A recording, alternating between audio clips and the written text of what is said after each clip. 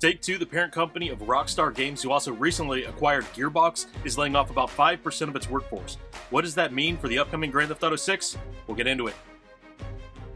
And we just had a new Nintendo Indie World Showcase. Hollow Knight Silksong release date.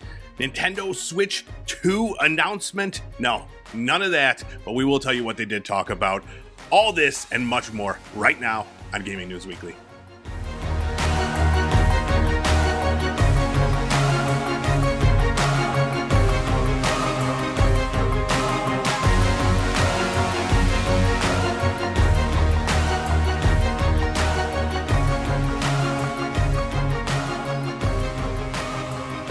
What's up, everybody? It's time for another episode of Gaming News Weekly, the best weekly video game news show out there, guaranteed.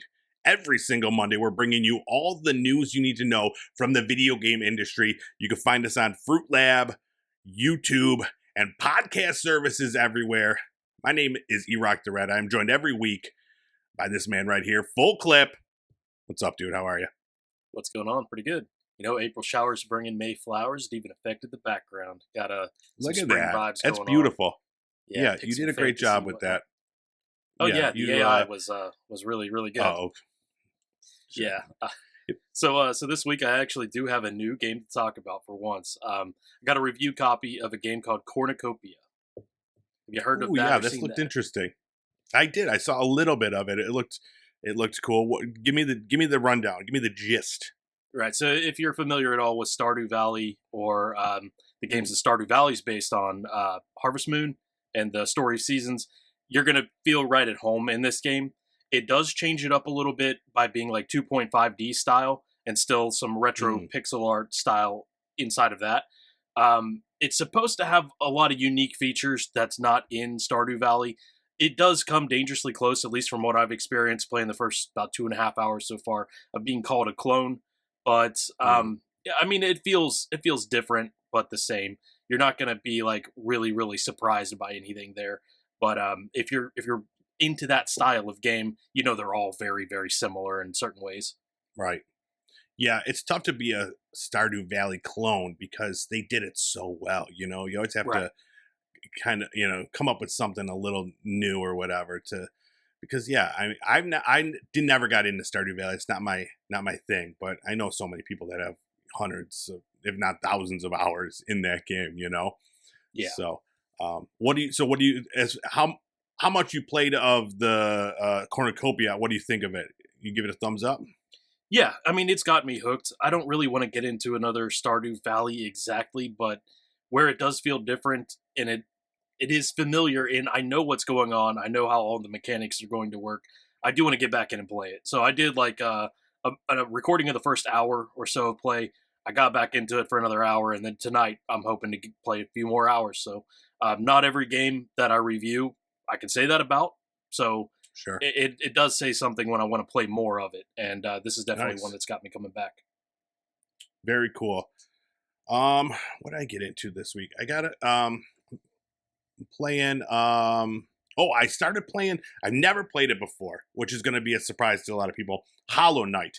And I just started playing Hollow Knight because I've been in my Metroidvania kick, and Hollow Knight is supposed to be one of the greats, top 5 Metroidvania of all time, and I never played it. So I've been playing that on the Steam Deck. First day I played 6.5 hours the first day I played it.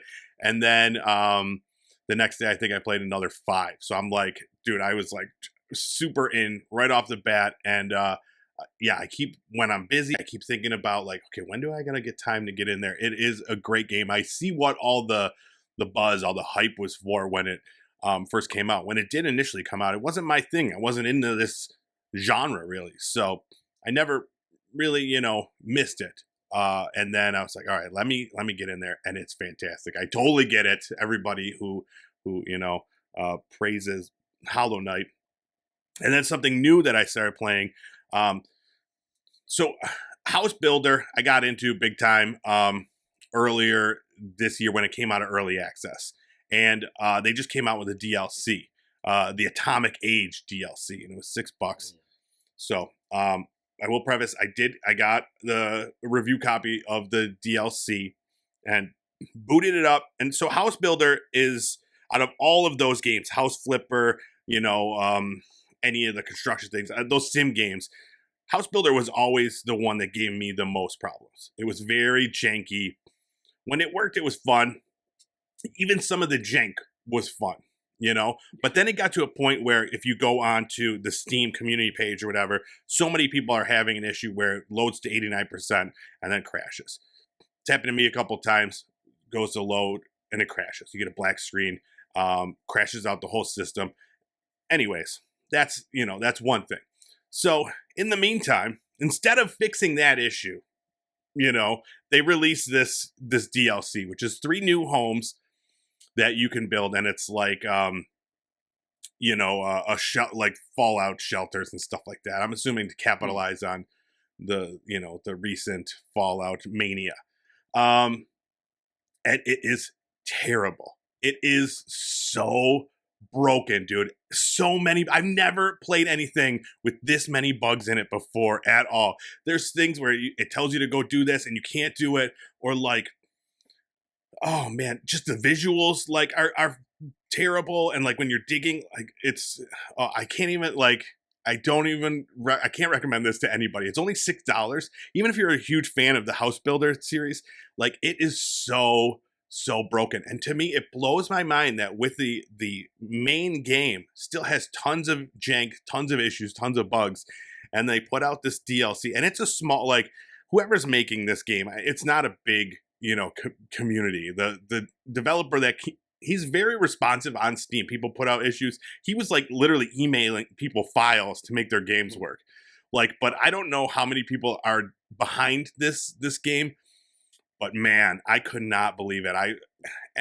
I understand the amount of jank that usually goes into these games, and I was like, I'm fine to look around it, So I'm playing it a little bit, and then it gets to a point where you can't progress because like this thing is not where it's supposed to be, and I'm just like, it's terrible, dude. It's so bad.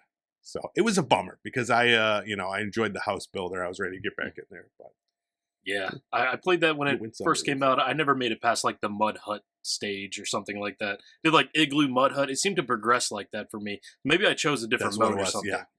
No, you're right. That's what it does. So igloo, mud hut, and then it's like a stick house, and then it goes through, and you got to do each one, and each one you get paid for. And those ones, once you figure it out, it's like, okay, yeah, it's fun. It gets the hook is there. But then I had so many crashes and so many things, and then this thing it was terrible. So we're be warned, House Builder, the Atomic Age DLC is not really working great in its current state. So maybe sometime soon. But House Flipper, they got some good DLCs and stuff out there. You can go check out if you're looking to build something. That I 100% recommend wholeheartedly. So yeah. There's a bunch of other little things that I'm playing. I'll wait for next week and we'll touch on them. Just a little teaser. Horror. I got into some horror stuff. So I had the urge, so I got into some horror stuff. So that's teaser for next week. All right, let's get this show moving along. Let's talk about our new releases from last week.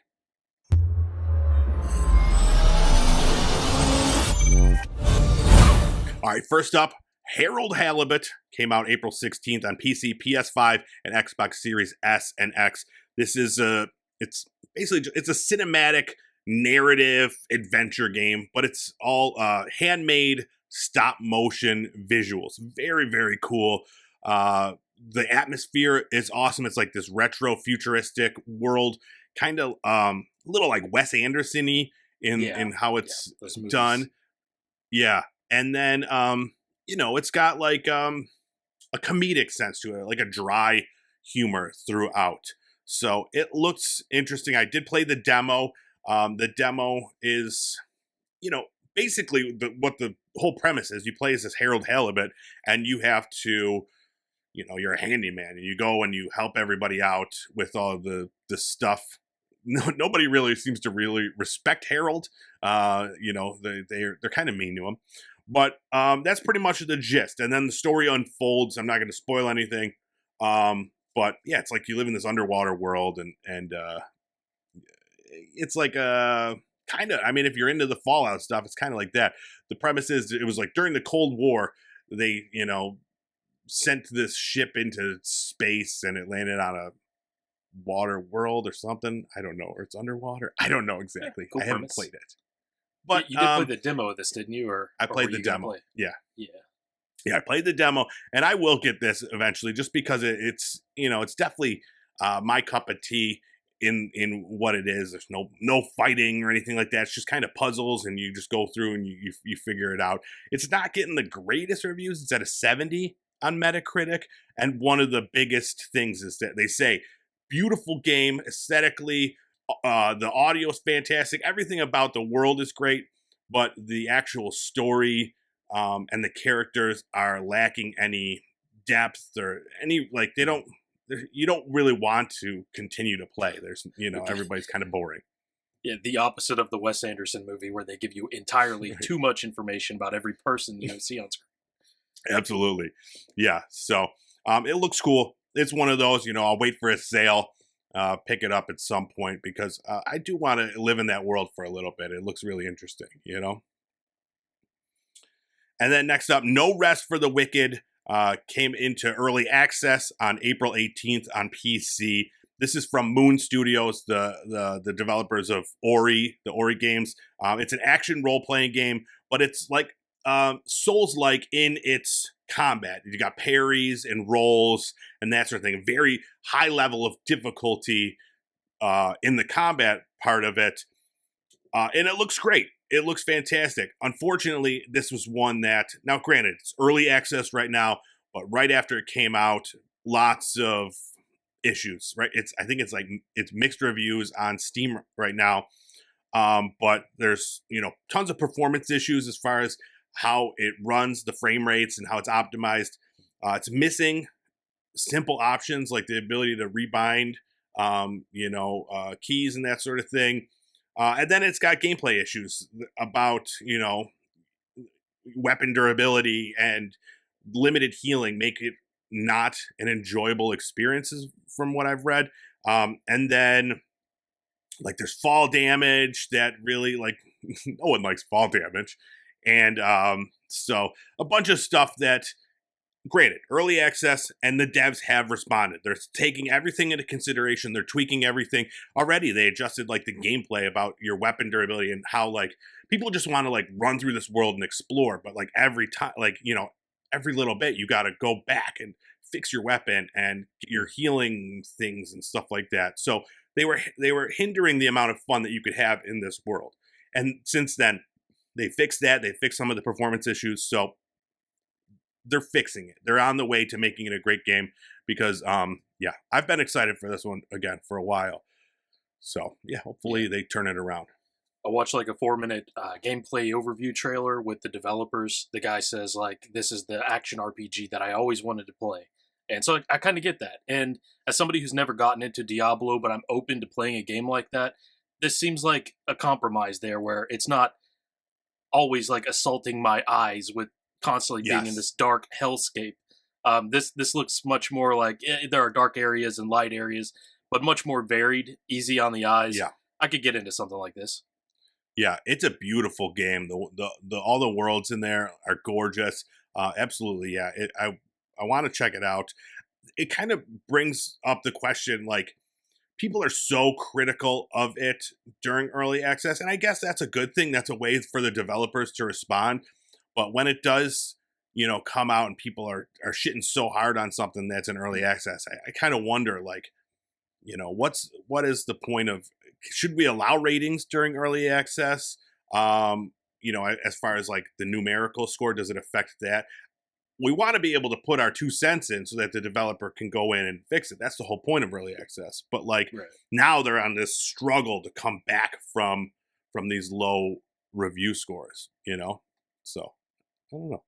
Yeah. But I guess some of the problem comes in when other companies abuse the early access thing and what you see is what launches 6 months later or Yes. something like that. Yeah. Yeah, so if you can actually trust the developers to make those important changes, and it sounds like they are, then I think it's a very, very good, worthwhile process.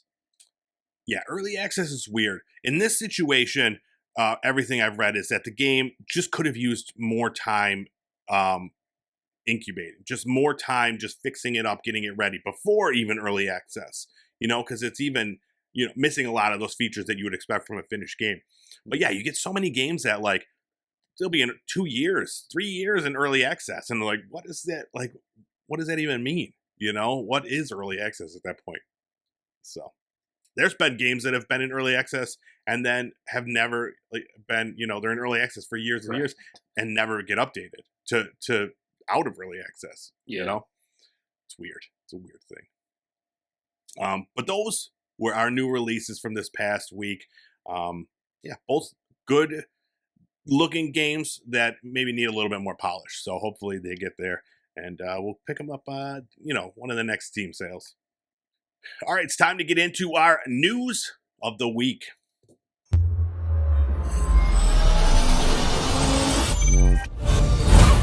All right, our top story this week, Nintendo had an Indie World Showcase. A lot of people speculating beforehand, is this where we see Hollow Knight Silksong? Do we get the release date? The answer is no. You get nothing. Good day, sir. They gave us a little more than nothing. We got a bunch of announcements of games coming to the Nintendo Switch. One of the ones we didn't know about, SteamWorld Heist 2, was officially announced. That's coming out August 8th. You ever played that SteamWorld Heist game? Not Heist. I played Dig and the newer one where it's like a city builder. Oh, yeah. Yeah, I played Dig. Heist I played is fun. It's like a strategy kind of turn-based game. That one is a lot of fun. That was one of the first games I got on my Steam Deck because I read how well it worked on that. It does work great. But yeah, then we got a bunch of announcements of games that we already knew were coming out, but are new to the Nintendo Switch, or we got a release date. So I'm just going to run through what was announced real quick. Stop me if you want to chat about anything. Little Kitty Big City was announced for Nintendo Switch. Stop. I showed my son that game, and he's very excited for this one. Yeah. I'm enjoying what I've seen so far. It's a little bit Stray, and it's a little bit maybe Untitled Goose Game, or maybe even Goat Simulator. That's exactly it. Yeah, I was thinking that the Goose Game where you just gotta like piss people off or whatever. Yeah. So yeah, that one looks fun. Atari announced Yars Rising. It is a new game similar to Metroid or Mega Man, is what it looks like. So is Atari an indie developer now? I guess. I mean, they're not like. Yeah, I don't know. That's a good question. I think so. What else we got here? Refined Self, the personality test game. It's it's a game about self-discovery and taking tests. So it is interesting. It almost looks like the Myers-Briggs test or something, or the Enneagram test, put into a game form. I don't know how much more beyond that is this, because it looks like there's narrative elements. I don't think so. Maybe there's a little bit of conversation between like the protagonist, who is you if you're taking the personality test, and maybe it's therapy in a game. Yeah, I don't know. It says players will learn more about the characters they control based on their choices. But yeah, are you answering based on the characters or based on yourself? Like, yeah, I don't know. We'll see. Sticky Business Shadow dropped on Nintendo Switch. That's a game about running a sticker franchise, sticker shop. Anton Blast got a release date November 12th. That is a action platformer where players destroy things. Like a classic action platformer. Valley Peaks is coming to the Switch. That is a mountain climbing adventure game. This one looks cool. Lorelei and the Laser Eyes. Did you look at this trailer at all? I think I missed that. So it's like black and white. It's like this action puzzle game, but it's all black and white except for like these little pops of color here and there. And I believe it's kind of like to help you get through the puzzle. But that one was very interesting. And another one, Europa. That one, a demo. They announced a demo is going to be on the Nintendo Switch eShop. I do believe there's a Steam demo out if you wanted to try Europa. But that is 3D platformer. That's a beautiful world in that one. Dude, it looks great. That's like one of the highlights for me out of this whole thing. That Europa game looks fantastic. And it was announced in 22, and it keeps getting delayed. So, Now it is sometime before the end of 2024. No release date, no window. Sometime this year. Yeah. Looks like, I mean, it's going to be great for like Zelda fans. Yes, absolutely. Yes. Teenage Mutant Ninja Turtles Splintered Fate. It's a timed exclusive coming this July. Cat Quest 3. We got another one of those. You ever play the Cat Quest games? No. It's like a action RPG with a cat. You know, all great things. Stitch is a like it's like a sewing puzzle game. It's kind of like Minesweeper, where you get a number and you have to like match the things around it, not lock yourself out. It's not like a crazy like hard to do thing. Yeah. But it's kind of like I played this VR game that was like a coloring book, and that's Right, sort of yeah, what it's this kinda- is, but more puzzle to it.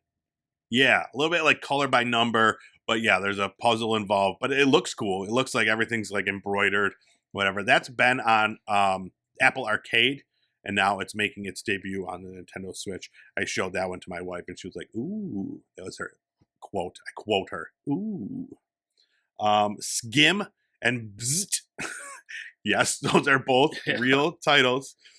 Two different titles. One Skim and one is Bzzzt. And they're both like platformers coming sometime later this year.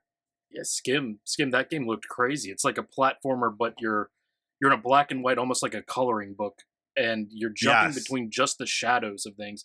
But those shadows can have different physics. It's a little bit of a mind bender. Yeah, that one it was really cool. I couldn't get past the names of them, but you know, I'm glad that you're able to. That's why you're here. You know, you just rein me in when I'm just saying scheme over and over again. You're like, let's just talk about what it actually is. Take your pills.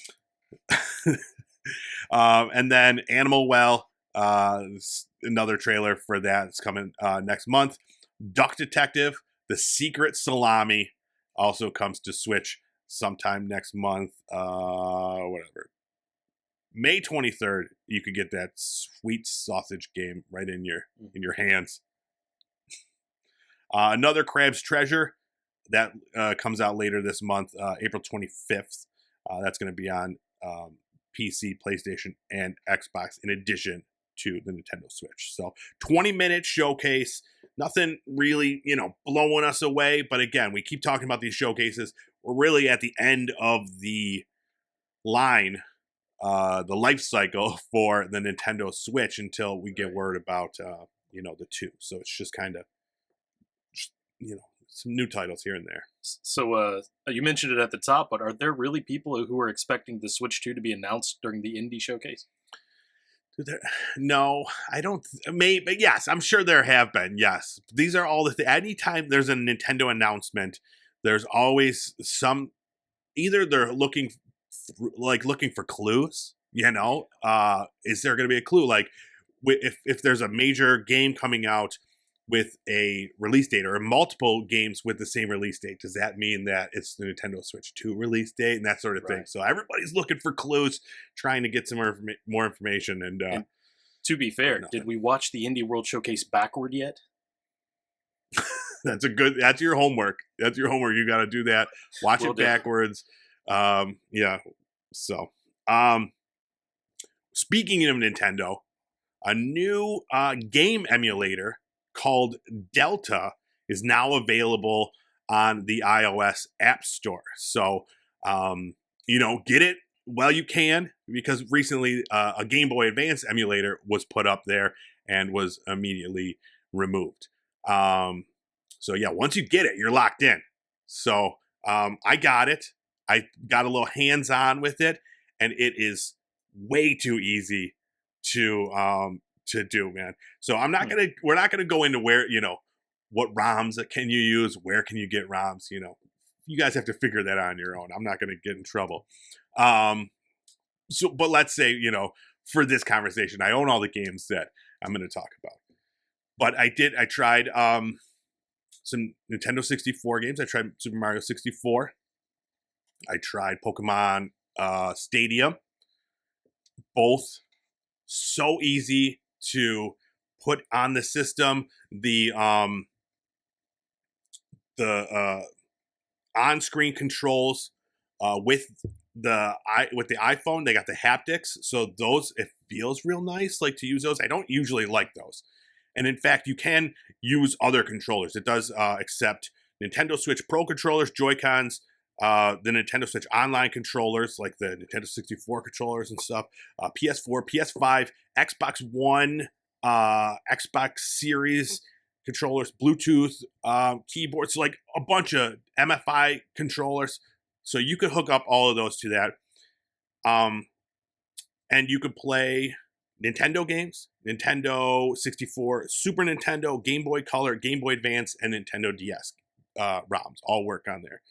So, and then I played a couple Nintendo DS games. I played Heroes of Might and Magic, and my wife played Cookin' Mama. She was a big fan of the Cookin' Mama games back in the day. And they all worked flawlessly, super easily. It was insane. This is a whole new world we're living in where you can just get this app on the App Store and just go and get these games. It's crazy. Yeah. So that's pretty cool. I didn't know about this till you said it, and I saw like where you have like I guess the backbone controllers, whatever that's called, that your phone can kind of snap down into the controller.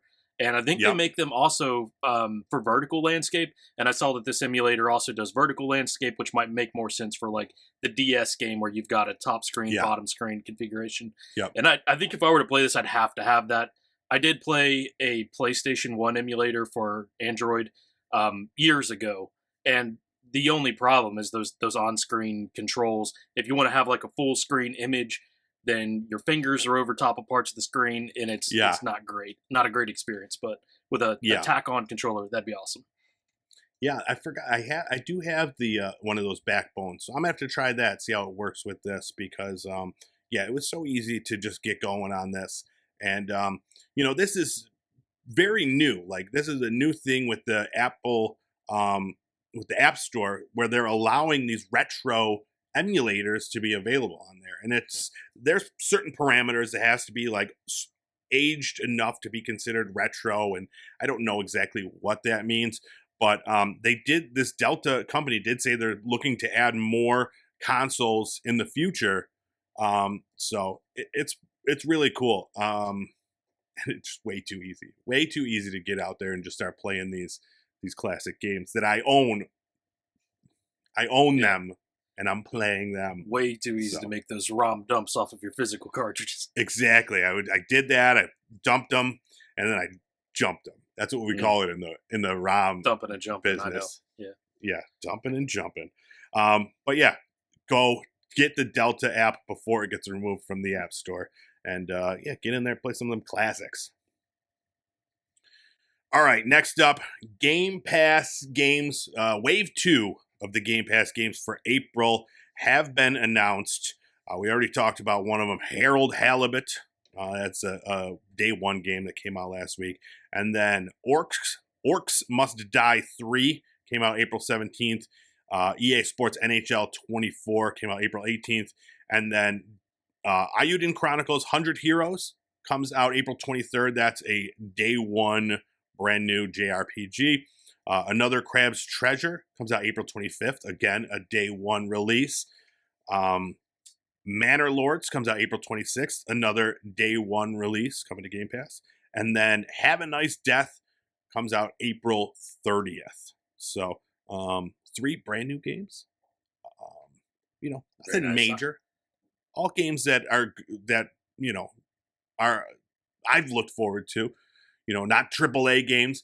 Definitely more on the indie side, but I'm excited for all of them.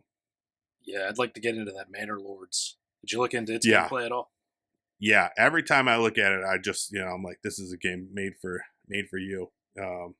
City building, some RTS elements, and it looks like you can really get down to really small scale on this. A lot of city builders it's just simple little puzzle pieces when you're putting the city together. Not a whole lot of action going on. Your people can use the roads and whatnot. But this, it's like, they show you can zoom in on a place and you see the individual chickens running around in the little coop. Yeah, that's really cool. But yeah, I am excited for another Crab's Treasure. It's a Souls-like where you're playing as a hermit crab.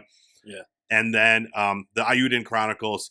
That fantastic JRPG series where you got a 6-party team from a cast of over 100 heroes, which is why the title is called 100 Heroes. So that one looks gorgeous. So yeah, some great games coming, and then a few games coming to Game Pass Core, which is the cheaper system where there's only like, they give you like 40 games, but 3 good ones. Deep Rock, Galactic, Super Hot, and Wreckfest were all added to the Game Pass Core. And then leaving Game Pass on April 30th, 7 Days to Die, Besiege, EA Sports NHL 22, Loot River, Pikuniku, and Ravenlock. So, yeah, great month for Game Pass, because even like a couple weeks ago we talked about the wave 1 of April, and that had some great new brand new games in there too. Hail Hail, but Botany Manor. I started playing that with my wife. That's fun. So yeah, great games on Game Pass. And there's a lot of other great games on Game Pass, which leads us to this week's top 5 of the week. Top 5. It's a top 5. Top 5. All right, so this week we thought we'd talk about the most underrated games on Game Pass. Now, underrated, I don't know really, what that criteria is, because you and I were both we're deep in the video game world. So we've heard about all of these games,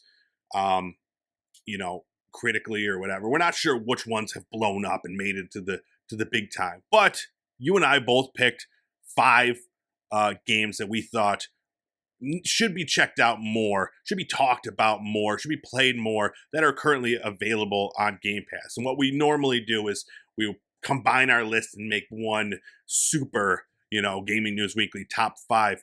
But this week, our lists were very different. So I figure let's both talk about our top 5s, and we'll go from there. So how you want to do it? You want to do, we each go back and forth with our number 5s, or you want to just give your whole list?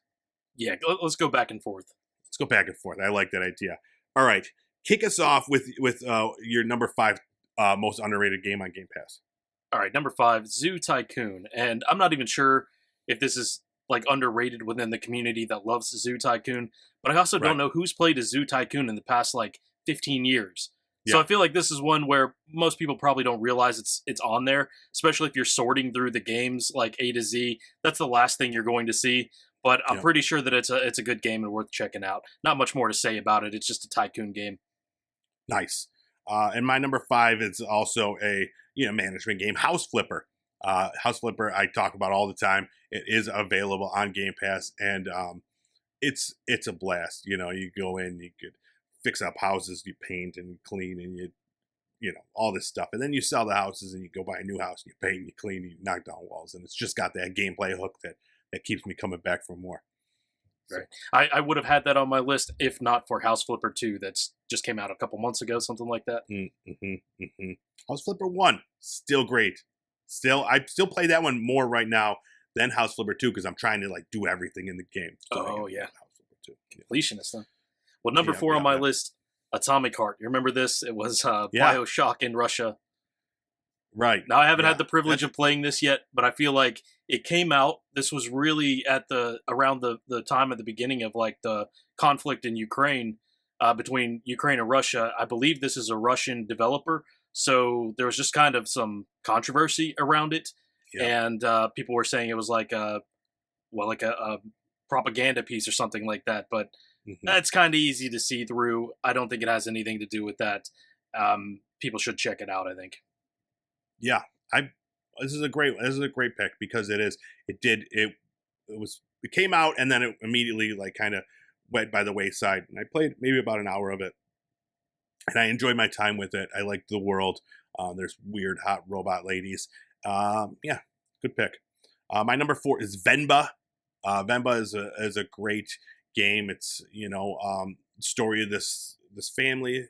They're like a Middle Eastern family, and it's all about their cooking. I don't think they're Indian. And yeah, it's just all about their cooking. You're learning who these people are through this recipe book. You got to make these recipes, and it's this beautiful story. It's a very heartwarming story, sometimes very sad, but you could finish it in 2 hours, under 3 hours, and it's a great game. Definitely one to check out. Number 3 on my list was the Rare Replay. Now, this includes like 4 games of Banjo Kazooie, like 2 or 3 maybe ukulele games, Perfect Dark, and GoldenEye 007. So it's all like N64 era and Yeah, maybe a few newer. But yeah, I enjoyed playing the Banjo Kazooie games back in the day. I'd like to get back into that myself. yeah, yeah. That's a good one. A good collection of games. My number 3 is Immortals Phoenix Rising. This is a fantastic game. People have called it Ubisoft's version of Zelda Breath of the Wild, which it plays very much similar to that, but it's with Greek mythology, um, where you get all these powers and by the end of the game, your character's super overpowered and you're just going through and destroying everything. But it's got a lot of heart, a lot of comedy, and it looks beautiful. It's a fun world to just kind of explore. So that one absolutely should be played more. Nice. Number 2, Car Mechanic Simulator 2021. That's the newest in the series. Hoping for a 2024, but yeah, probably not. I can't say enough about this game. I think it was one of my top played of the last year. I had like 50 or 100 hours, something like that, into it. Just as much time as I put into Red Dead 2 over the past year. So it was Nice. it's really cool. If you're gonna get it on Xbox, be aware that it is possible to mod, from what I understand, as far as from mod repositories and possibly even the Steam Workshop. You can get like cool custom cars and quality of life mods and things like that. But there are a few hoops to jump through, and there is not like a really great explainer out there, at least as far as I've seen. So you may think about getting it on Steam over Xbox, but if you've not tried it out, Game Pass is a great way to do that. Perfect. My number 4 or 2.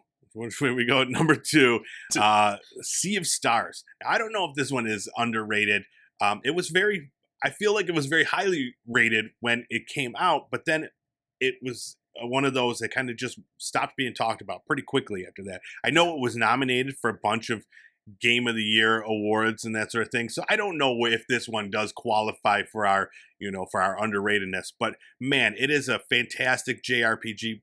Great story. It's such a great throwback JRPG to some of those earlier titles, and it's the gameplay mechanics are really done. It's got that throwback vibe, but like the actual gameplay has been updated to make it more enjoyable. And then on top of that, the characters in the story are fantastic. And I feel like that one went away too quickly. So bring back Sea of Stars. Hashtag bring back Sea of Stars. I can get on that hashtag. Let's see. Number 1. This is a game I've been putting a lot of time into. I said last week that it's my new Call of Duty because it's what I keep going back to. Hell Let Loose. So it's a World War II big game mode. Very, very squad-based, though, and very, very realistic. Just the other night, I had such a great time. I was playing solo, but you're on a squad. And it's best if you can communicate through the microphone and stuff. So I'm talking to my squad leader. I'm playing real close to him. We're looking out in front of us. We see like 5 enemies come in on one of their outposts. And he's like, he doesn't know what to do, but he doesn't realize that I'm a machine gunner, and I'm like 5 feet beside his head, mow them all down. And he's like, "That's damn nice shooting, son." That's It's awesome. fun. Yeah, what a fun experience. Yeah, that's a great one. That one, I didn't even know it was on Game Pass, honestly, until I recently didn't saw it either. on there, and I was like, I should try that. Like this, I'm constantly talking to you about, like, man, one of these days I'll try it. And like, I have an opportunity to do so, right there. I have Game Pass. I can try it. So that's a great pick. And then my number 1, I've talked about it here before. It's a bit of an older title. Ni no Kuni, Wrath of the White Witch. This is it's a role-playing game. It's got a Hideo Miyazaki Studio Ghibli vibe to it, where it's got this beautiful animation and these crazy, weird characters. But then it becomes kind of like you got to catch them. It's like a Pokemon style game. You throw your guy out there, and you got to bring them in and catch them, and then you add them to your party. But they're all these strange creatures. Each ones have different abilities and that sort of thing. It's like kind of a little Pale Worldy in the way that the fighting and everything is done. But the story is awesome. the visuals are amazing, and the characters are all like really really cool. So more people should play that. There was a sequel, and the sequel just went full like JRPG. They removed the the catching of these creatures, and that was my favorite part. So I actually initially went in and I was like, I'm gonna catch every single one of them. I love this game so much. I want to 100% it, and it got so like I messed up by trying to do that because there was like these certain creatures that only spawn a very small percentage of the time in the same area for like only a short period. So then I would just keep like going in this area, and then I burnt myself out on the game by trying to get these stupid creatures, and I never went back to it because I hated it.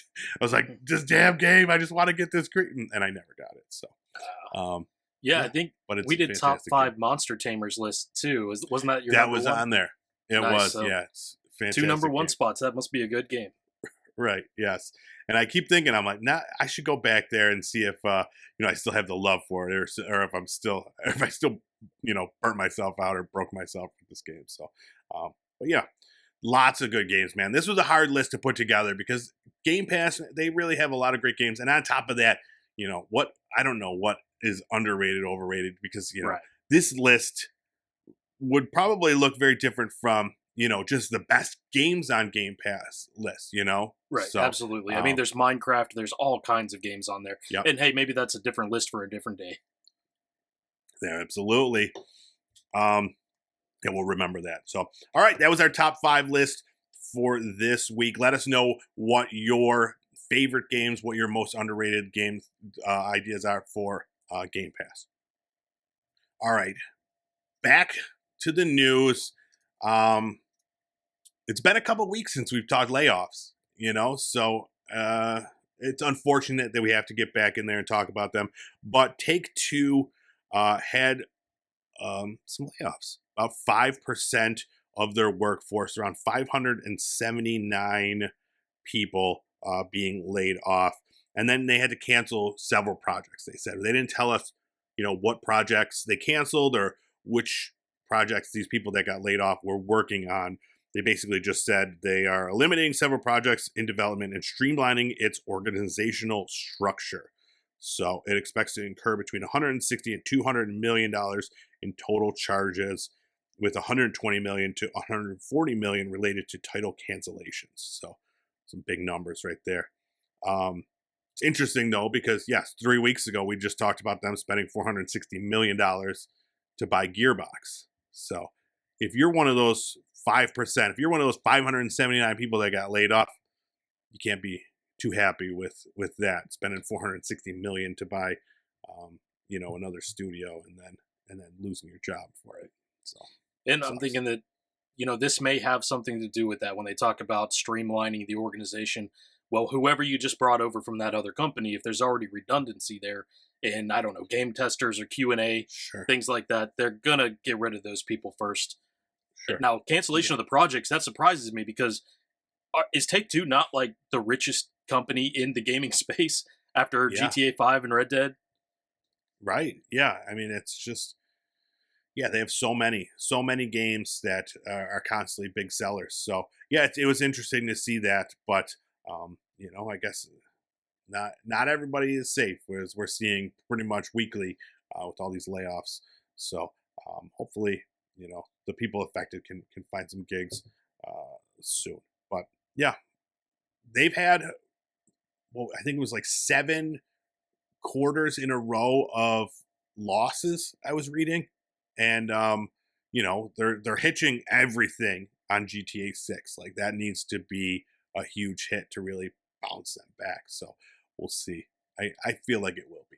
I don't know how you go wrong, but I'm excited to see more. All right, and last up, Golden Axe, the Sega game from the 80s, is becoming an animated series coming to Comedy Central from the creator of the Star Trek Lower Decks, Mike McMahon. He's teaming with American Dad producer Joe Chandler to create a 10-episode series that will take fans of the side-scrolling beat-em-up arcade games on an all-new adventure with some of the franchise's beloved characters. Chandler will serve as showrunner and co-write the first episode with McMahon, which, according to the logline, will tell the story of veteran warriors Axe Battler, Tyrus Flair, and Gilius Thunderhead as they once again battle to save Uria from the evil giant Death Adder, who just won't seem to stay dead. Though this time they have the inexperienced and underprepared Hampton Squibb on their side. So, I'm excited for this. I talked about, I think it was like last week, 2 weeks ago, when we were talking about Sega games, that Golden Axe is like one of my favorite games from Sega. Yeah, that was another of your number ones, right? Yeah, I think so. Yeah, so this is exciting. I'm excited to see what they do with this. I love anything fantasy based. And then when you have like a fantasy / comedy thing, it makes it enjoyable. So I'm excited for this one.